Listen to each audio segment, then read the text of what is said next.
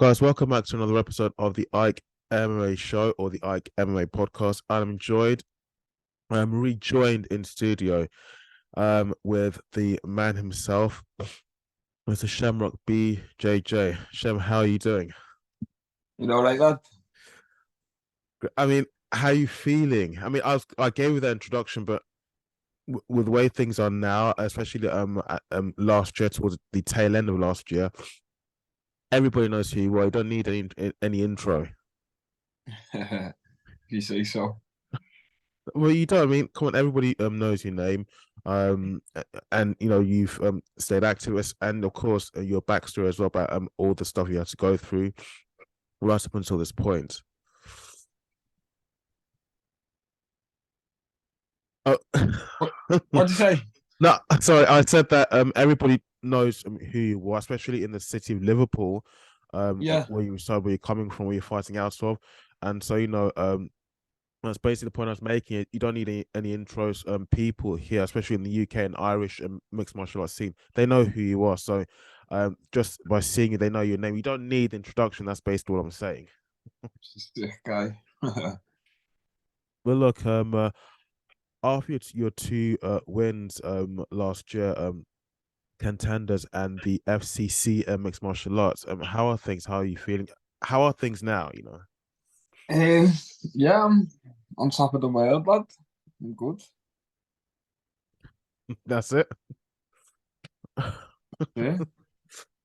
I it's been a long time now since we tried I tried to get this interview done, and I was saying to myself, I'm saying to you that I really want to get it done as soon as possible because I know there's a queue of people ahead of me, behind me, and very soon I'll be speaking to an agent or to one of your managers to get this to get this interview done. Because look, there's the issue of being chased for interviews, being chased for your knowledge, being chased for your talent, and being chased for your skill and for your coaching and everything. But I put that down to that's the price of success. People see you doing well, they want to know how you do that, how do you achieve that, that kind of thing.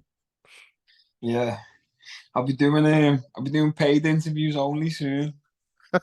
No, good, good. I like that. I love that.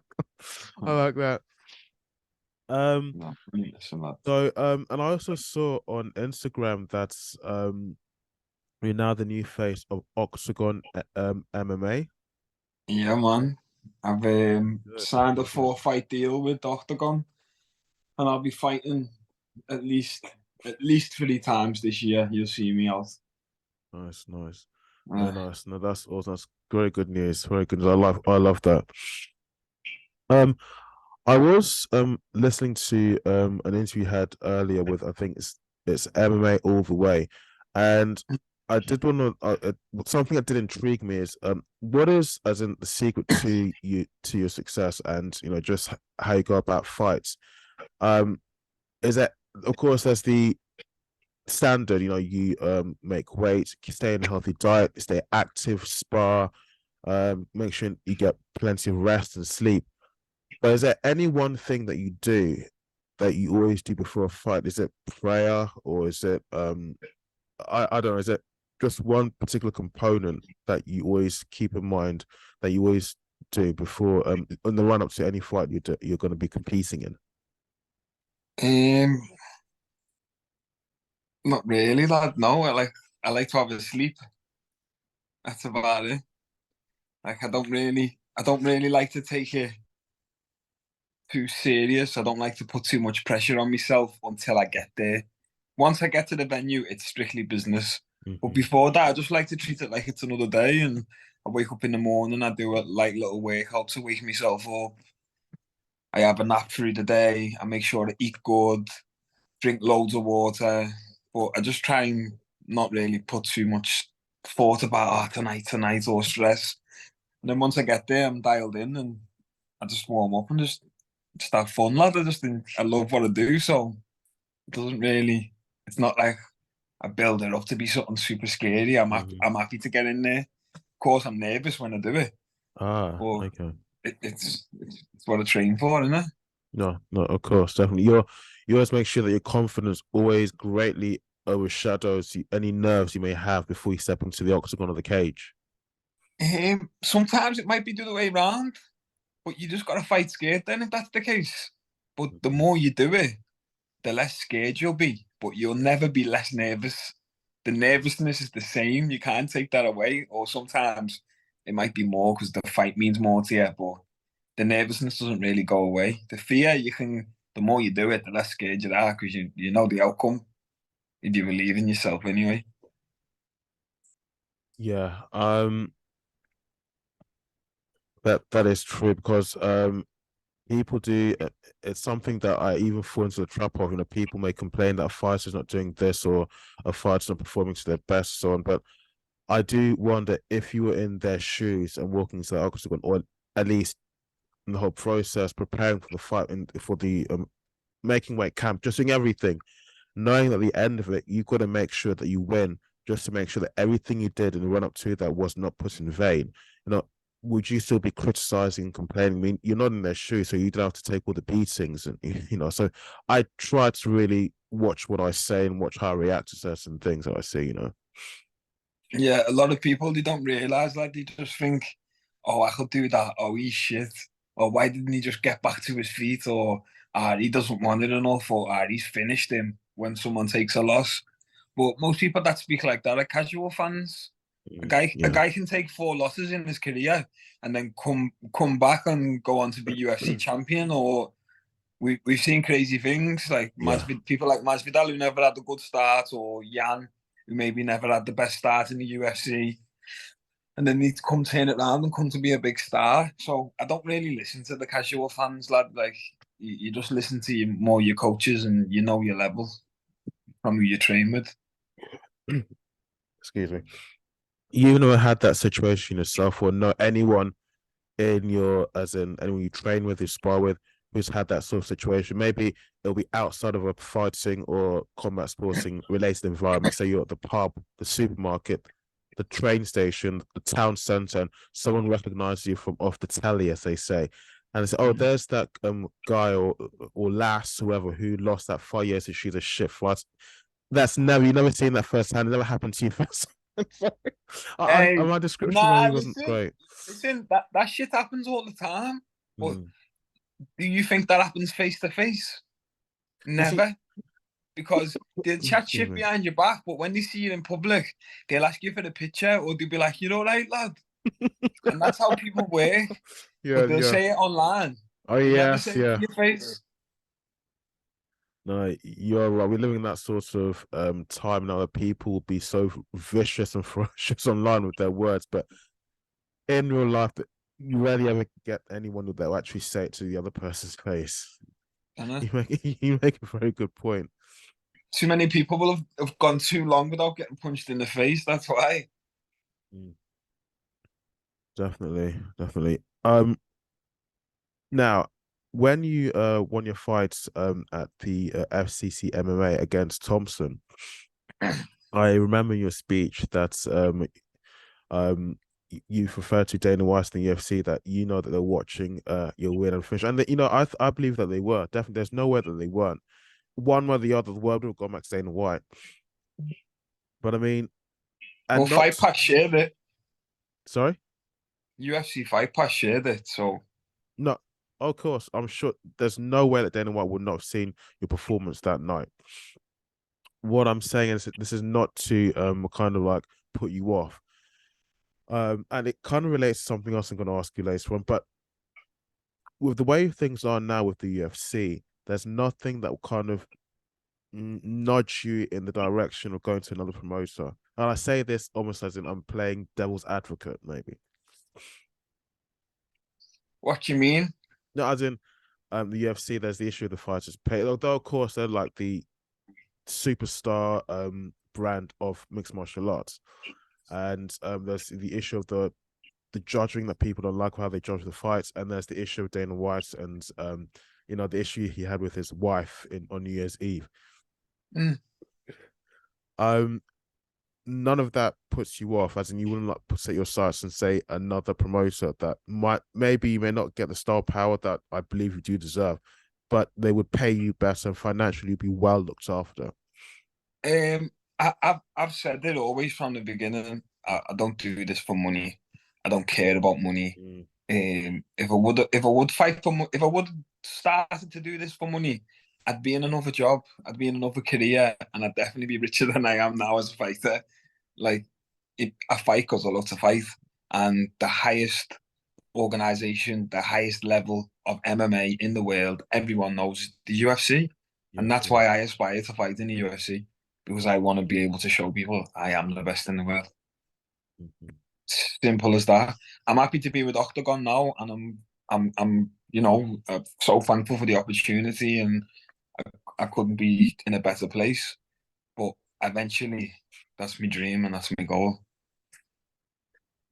Upon arriving at the UFC, is there any particular weight class that you'd have your eyes set? I mean, there's the obvious one because of your current weight now, the lightweight or light heavyweight. But is there any specific weight class you'd like to be a part of in the roster? I'm just looking to fight the best names. So it's who they offer, innit? If they offer someone good Ah, at featherweight, I can go down. If they offer someone good at lightweight, I can stay at lightweight. If they offer someone good at a catch weight or 170, if the names are right, I'll go up and down. Me, I wouldn't really. I'm looking for the best fights. Do you know what I mean? okay, okay. Then what name would you like to go up against in the UFC? But No, I hope it goes without saying, bro. You want to fight the champions, of yeah, course you do. But yeah. no one just comes to the UFC and fights for the title, lad. You got to pay your dues and Mm, win some fights, innit? of course, definitely. I'm gonna kind of it's gonna branch off but it's also to do with the UFC sort of uh no so Jake Paul and Logan Paul. I heard this on your last interview. Um, a money fight with them would never interest you at all. I'd never say never. Like, anything can happen, but these type of people don't want to fight me. All I do is fight. All I do is Because train. That's my full-time job, and I've been doing it longer than them. yeah, These guys yeah. want to fight people they can beat. But obviously, Jake Paul and Logan Paul for me is far-fetched because they're completely different weight class to me. But I get what you're saying in Yeah. terms of like maybe there's someone else or the next YouTube guy or the next pop star who wants to start boxing, or there's always some knobhead lad. And I said But how God. they fight, No, please continue. Sorry, I didn't mean to interrupt you. yeah, that's it. I'm not the guy they fight because they fight someone like me. They look stupid. Mm. No, I get that, and for anyone listening to this, in fact, some people who I used to co-host with, I'm not saying this because I'm hating on Jake Paul. I'm not hating on Jake Paul or his brother at all. I'm saying this because of the what he's he recently signed up with PFL, and so I think his intention is to, whilst he's working with them, he wants to make sure that the fighters there do get paid properly, and of course that will in turn probably spite staying away in the UFC, which is why I kind of I wanted to get your opinion on that whole matter, whether money fight wouldn't interest you Mm. at all with that guy. Um, um, When the offers are on the table, it's different, isn't it? You don't yeah. know, but Um, your fellow Liverpudlian Paddy Pimblett. Um, hmm I've never understood his why he does this that I'm not sure people are also trying to make sense of it as well. This once he's finished the fight, he will balloon up in size. Once he's ready for a fight, he shreds down and makes weight. I've just never yeah, understood that. he's just enjoying his life, bro. That's his style. Uh, Do you know what I mean? He wants to eat good food. mm. Everyone's got a different way of life, bro, innit? And that's just how it is, lad. That's his way. He likes to fucking enjoy himself after his fights. um, can that be good for you as an athlete, or can it eventually start having an effect on your performance in the cage, going up in weight and then going down in weight, constantly like that? Um, I know you're not a doctor or anything like, but you're like you've had to make yeah. weight and keep to a strict diet, sweat off the fat, and still perform. Honestly, I believe if you're cutting weight, regardless of whether you do it right, even if you're cutting weight 4 times a year, it's not good for your body anyway. Like we're not supposed to be doing it, and we're all doing it. Every fighter is doing it, and after this fight, he likes to eat good. Okay, maybe he should eat a lot and maybe eat a bit cleaner, but everyone's just got their own way. Like when he comes to fight, he's shredded. He performs well. He doesn't gas out. He's fucking there with the 8 pack. So no one can say like, oh, look, if you do that, you'll be shit or you'll lose. He's won 4 fights in the UFC, so I'm not gonna say don't do it because it's working for him. Mm, But yeah. it's not my way. Like, I just prefer to eat clean all year round. But for me, I enjoy the food I eat. If I was to eat junk food, I probably wouldn't enjoy it. So it's not my way, you know. And it interrupts the fight. As in, your diet is strictly clean. I mean, there was a fighter who I interviewed just the other day. His fight was going to be on New Year's Eve, and I wondered, how would you do that exactly? Because between New Year's Eve and say early December, you've got Christmas in between. You still enjoy Mhm. Christmas with the family. So if that was you, how would you go about doing that? Because you don't want to fall off track so badly that you can't See, really. I think everyone's different, and me personally, I always used to think fighting at the end of the year is better than fighting at the beginning of the year because at the end of the year, you've got all the holidays coming up, you've got Christmas, New Year. Other people want to party or they want to drink or they want to go out and eat shit food. Or, I don't really, I don't celebrate all Christmas, New Year, birthdays. I don't go out and drink. I don't party. I don't take drugs. I eat clean all year round. So anytime that they're damaging their body, if they want to still show up and perform to fight 6 weeks later, it's just an advantage for me then because I'm not going through that. Yeah, yeah. Maybe it doesn't have an effect on them, but I think it does. Like in the long No, term, I agree. Yeah. any advantage you can get, I'll take it, bro. So that's what I think. That's just the way I think.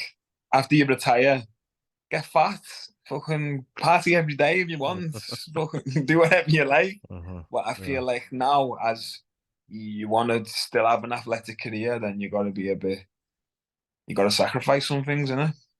No, of course. I mean, so you say even when you're not fighting, even when you're not going to be competing, you still keep your diet very clean. As in, you don't drink, you don't. Your diet is still very. You don't ever get bored and times just feel good. Let me just binge and flex and just relax. Just God, I've been doing this for so. Let me just enjoy myself for just a week or so. You don't. What what what do you love more than anything in the world to do? Like if you could go and do anything tomorrow, you could take the day off work tomorrow and go and do it. What would you do? Swimming? I don't know. Bungee jumping? Mm. What would you pick? Well, you've got me on the spot now.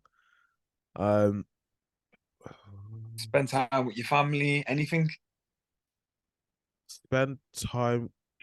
It'll be more than one thing, but I mean, I can't give us For me, yeah. for me, that one thing is martial arts. There's nothing more I love to do.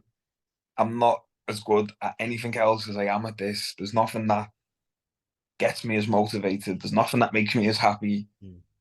This is all I want to do, lad. I just want to train and like even if I couldn't fight, I'd be happy to just be training every day and trying to become one of the best athletes in the world, even if I couldn't showcase it.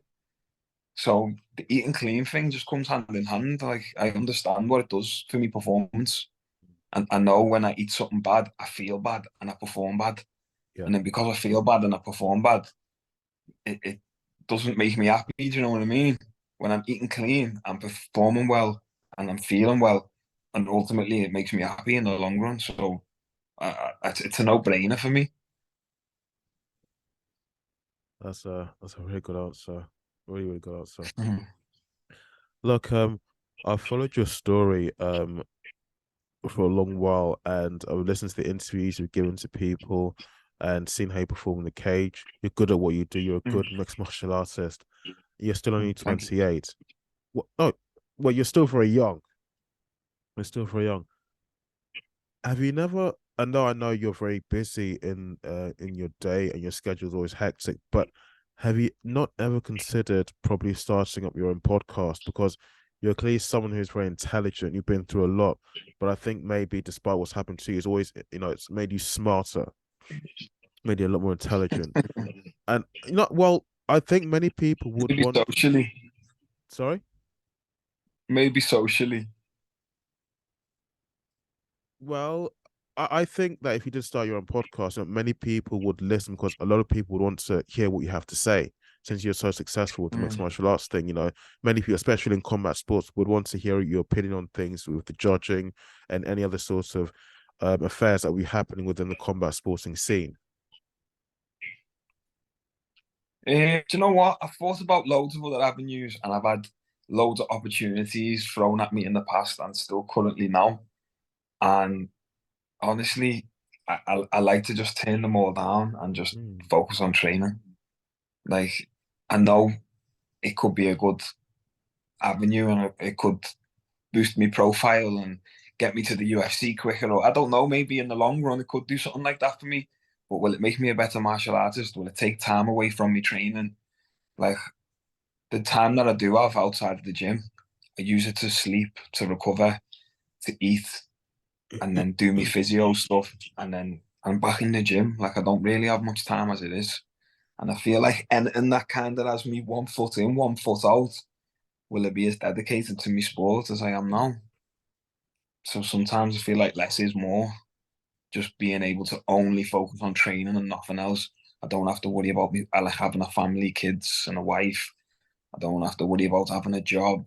I feel like if I do something like a podcast, I might enjoy it. It could be like a new passion, but will it take away from me training? Maybe even if it's only 1%, then I just wouldn't want to do it. I can see this mixed martial arts. It's in your blood. Your blood. No, and that's good. It shows that you care about the craft itself more than anything, even any rewards it might give you, which is good. Because some people, yeah, they're in it just for the money, for the sponsorship, and for the fame, but you clearly don't care about that. You care just about the sports itself, what you're doing, and that's good. And I like that. I like that a lot. Um, God, what do you think about the UFC Slap League? What whatever they call it. God, I heard that the rating on that thing was awful. What's your opinions on it? I don't know about the ratings and all of that, and I ain't trying to cause no problems with Dana, but it's not something I'd watch. But if you are a grown man and you want to get paid money to get slapped in the face, then that's your business. Go and do what you're doing. Cool, do it over there. I don't mind. But you'll never see Shemrock in the slap league. That's good. No, A it's million pounds wouldn't get Shemrock in the slap league. no, it's a bizarre one. I don't know where Dana got that idea from. No idea. Look, Hey, I hope he makes money off it. Good luck to him, but mm, it's not for me. no, me neither. It's a strange one. Um, and just the last few questions. UFC 287, Pereira versus Adesanya. Who have you got? Who do you think's gonna win? Adesanya, Really? come on, bro. I'm Nigerian. Oh yes. Yeah, no, you're right. No, I forgot that. But I will say that remember these two have had some. They also fought Muay Thai wise outside of the UFC, outside of mixed martial arts. So someone even mentioned to me that Pereira will be in Adesanya's head. So Yeah, he probably will, but I feel like they fought that many times. They know enough about each other's game. This will probably be the last time they ever fight. I felt like the last fights are probably a good indicator. It's probably the best indicator because the only time you've ever fought MMA mm, and the most recent time. And I felt like as he was doing well, he just got finished. I feel like if he Yeah. comes out and he's a little bit more reserved and he can kind of make the fight a bit more boring and try and force it to go 5 rounds, I think he can do the same again, but without getting finished Yeah. and maybe win a decision. But you never know, lad. Pereira could just come out and just chin him again because he is a fucking unit, isn't he? Let's be honest, he's a light heavyweight. Yes, yeah. No, of course. But And time will tell, lad. yeah, yeah. Yeah, I think if he's lost that last fight, he'll probably make sure he does everything in his plan, use everything in his arsenal to make sure that he doesn't leave that cage until he's either a KO, submission, whatever, but until he's won. I think probably make him work even hard to make sure he leaves with the win in the next fight. That's just my opinion. Fury versus Paul. Go on. Oh, who I think will win? No, go on. What are you going to ask me about it? You just said his No, okay, names. no. Who do you think's going to win? Fury versus Paul. Is that what you're asking? I don't even know if the fight will happen, to be honest, bro. Like, Yeah, of course. can you get a visa to go America? No, Does no. Paul really want to fight him? I think the fight's going to be held in the Middle East. I think Saudi Arabia Oh, or is it going something to like that. be? Yeah, that's the only way Yeah. I could see it happening. If it was in Dubai, then maybe I could see it could happen. Yeah. I don't know who's going to win, bro. To be honest, and I won't be buying no pay-per-views. Yeah. And to each their own. Wish them good luck and that, but I'll stay over on this side watching MMA. Last but not least, Shem, any shout outs you want to give? Um, Shout out to all the team, my sponsors. You know, yous are. You know, All right, so Shem, thank you so much for coming on the show. I'm sure the nice one, brother. next time we'll probably have to wait even longer because a lot more other people, and I've got a feeling you will definitely have to get someone to stand in for you to handle all the interviews and the appointments. I've got a good feeling that that will happen. But Yeah, guys, thank you for watching. Thank you for listening. If you did listen to the podcast to this extent to the end, please don't forget to hit the like button and to subscribe to the channel. You can also catch the episodes on Spotify, iTunes, and on Google Podcast. Shem, thank you so much for coming on. Thank you. see you later, bro. Take care.